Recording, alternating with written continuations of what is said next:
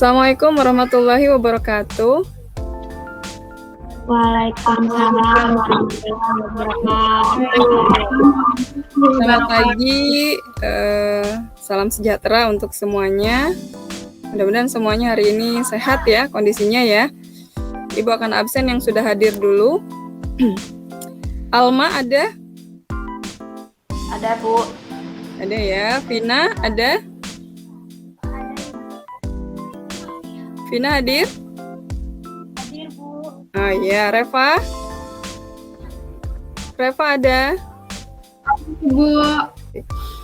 Baik, sebelum kita memulai pembelajaran, ada baiknya kita berdoa dulu ya supaya pembelajaran kita hari ini berjalan dengan lancar, ilmunya bermanfaat ya untuk kita dan untuk semuanya.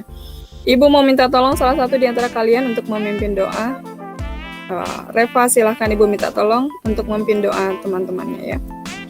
Baik, terima kasih banyak Reva sudah memimpin doa hari ini. Nah, anak-anaknya Ibu cek dulu nih ya ke kondisi kalian. Sinyalnya semua oke hari ini? Oke, Bu. Saya oke, Bu. Oh, baik. Semua lancar ya. Jangan lupa perangkatnya dicas ya supaya baterainya tidak kehabisan ya pada saat pembelajaran.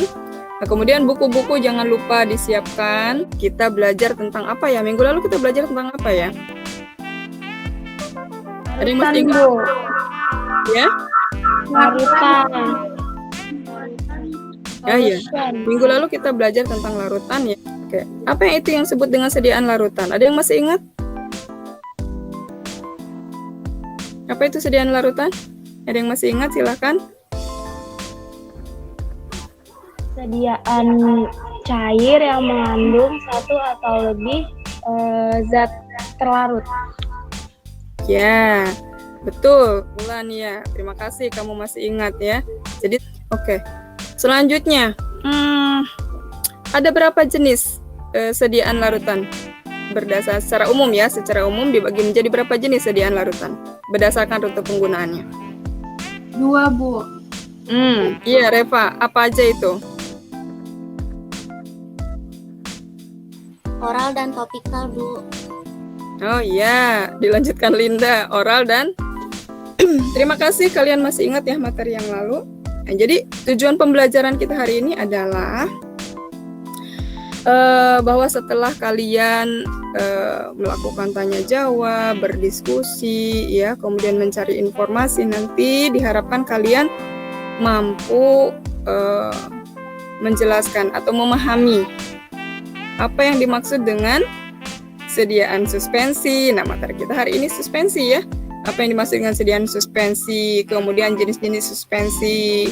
Kemudian kalian juga mampu menjelaskan nanti alasan kenapa sediaan suspensi itu dibuat ya, tujuan pembuatannya tuh, penggunaannya tuh apa. Kemudian diharapkan juga kalian nanti akan bisa menilai mana keuntungan dan kerugian dari sediaan suspensi. Selain itu juga diharapkan kalian nanti mampu menganalisis persyaratan, karena untuk sediaan suspensi itu ada syarat yang harus dipenuhi. Ya, syarat-syarat yang harus dipenuhi yang sudah ditentukan oleh Farmakope Indonesia. Langkah-langkah pembelajaran yang akan kita lakukan hari ini. Nah, jadi hari ini kalian akan lebih banyak waktunya berdiskusi. Karena pembelajaran kita hari ini akan dilakukan dengan metode diskusi ya. Ibu akan berikan suatu permasalahan terkait dengan sediaan suspensi kepada kalian. Kalian harus mencoba nanti mencari informasi, menggali informasi, mengumpulkan data ya mengenai permasalahan yang ada dan mencoba untuk menyelesaikan permasalahan dengan melalui diskusi kelompok. Insya Allah kedepannya kalian akan juga berkarir, bekerja atau berkecimpung di dunia farmasi. Ada mungkin nanti yang akan bekerja di industri, mungkin juga ada yang akan bekerja di rumah sakit atau di apotik atau di sarana pelayanan kefarmasian yang lain.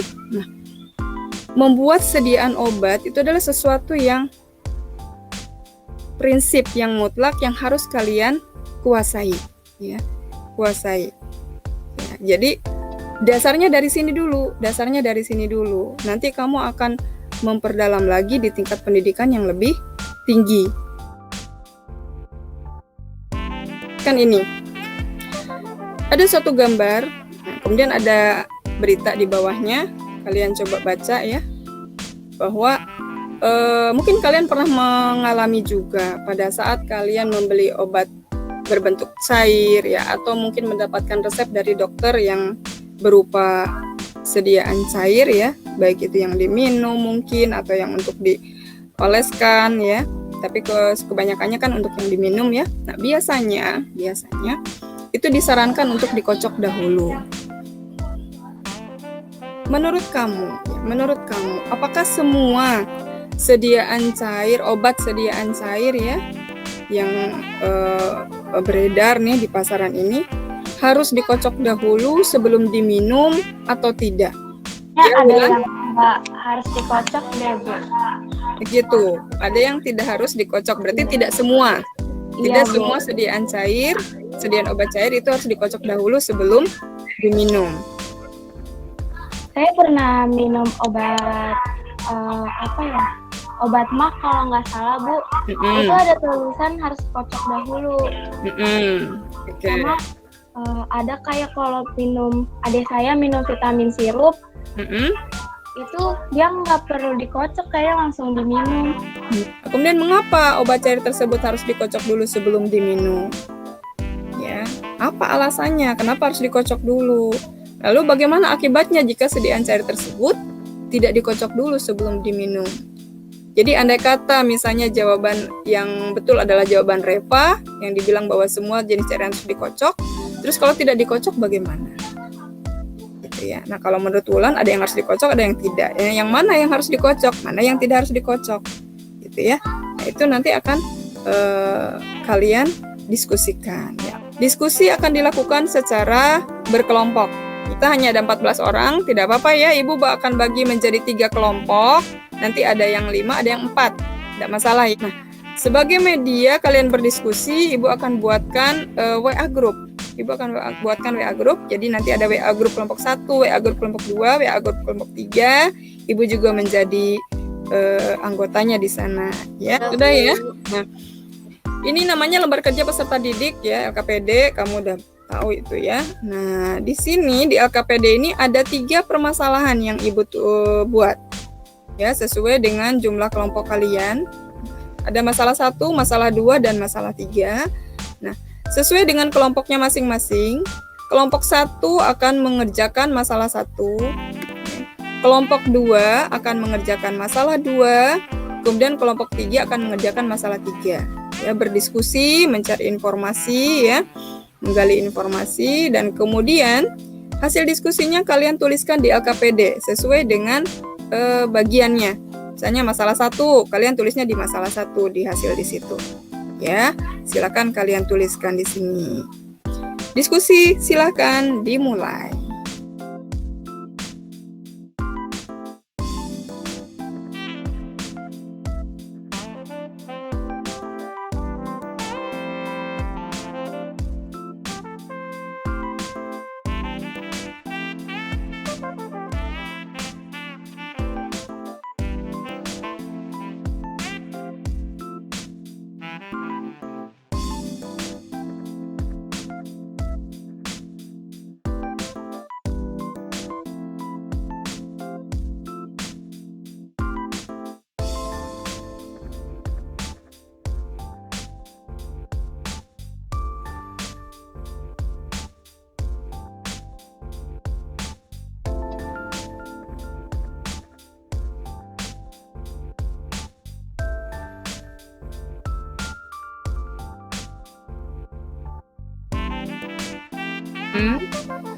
Satu, jelaskan perbedaan yang kalian temukan di antara kedua sediaan obat tersebut berdasarkan bentuk sediaan dan cara pemberiannya. Yang pertama, Amoxan. Berdasarkan sediaan merupakan dry syrup yang berarti sirup kering suspensi, ini harus dicairkan dahulu menggunakan pelarut. Ibuprofen merupakan suspensi siap minum. Jenis bentuk sediaan obat di atas adalah jenis suspensi tetes mata untuk obat yang A, dan untuk obat yang B itu jenis suspensi injeksi.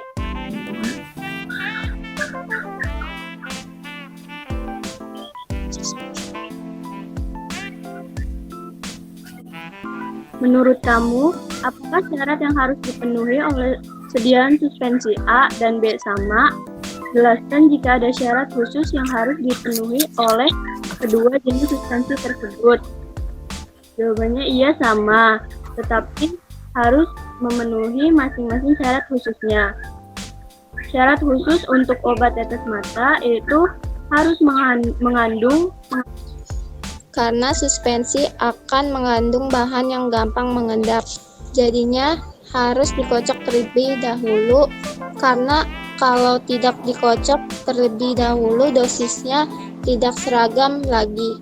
Nanti bisa menyebabkan yang akan tidak diinginkan.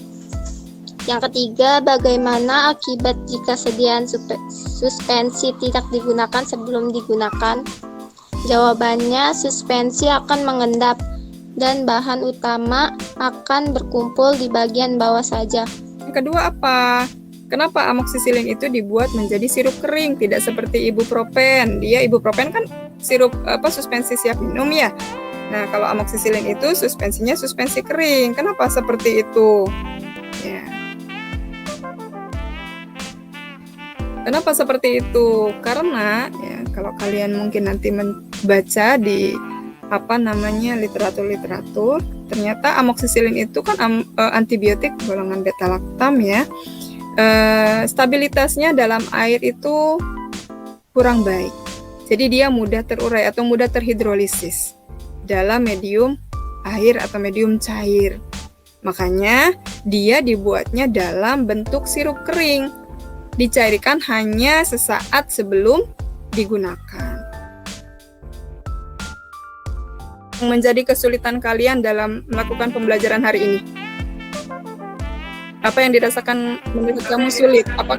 Ini Bu, tadi kan saya sama kelompok saya nyari yang amoxicillin itu kan Bu. Kesulitannya di situ, soalnya kan adanya amoxicillin di farmakope edisi 4. Nah, kita punyanya farmakope edisi 3. Jadi... Oh iya, berarti keterbatasan sumber informasi ya, tapi kalian dapat juga akhirnya kan informasinya dari internet. Ya. Jadi itu yang memudahkan kita ya, adanya internet memudahkan kita mendapatkan informasi yang kita tidak dapatkan dari buku karena kita nggak punya bukunya gitu ya, bisa dicari di internet. Oke. Nah, untuk pembelajaran hari ini siapa yang mau membantu Ibu untuk menyimpulkan apa yang kita dapatkan hari ini atau apa yang kita pelajari hari ini? Singkat aja. Jadi apa yang sudah kita pelajari hari ini? Silakan. Silakan bantu Ibu, siapa yang mau menyimpulkan? Ya. Singkatnya, suspensi itu zat yang tidak terlarut tapi dibutuhkan dalam sediaan larutan atau sirup. Itu alasannya. Oke, terus apa lagi yang dipelajari hari ini? Silakan.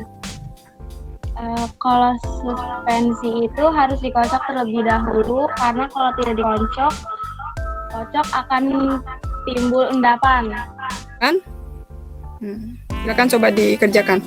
Waktunya 6 menit ya, karena hanya ada 6 soal. Minggu depan kita masih akan melanjutkan pembelajaran tentang suspensi bagian kedua ya. Kita akan mempelajari tentang stabilitas dari suspensi dan sistem pembentukan suspensi. Ya, persiapkan itu. Tutup hari ini juga dengan doa. Silakan Ibu minta tolong kepada siapa? Lutfiah Nabila untuk memimpin doa teman-temannya.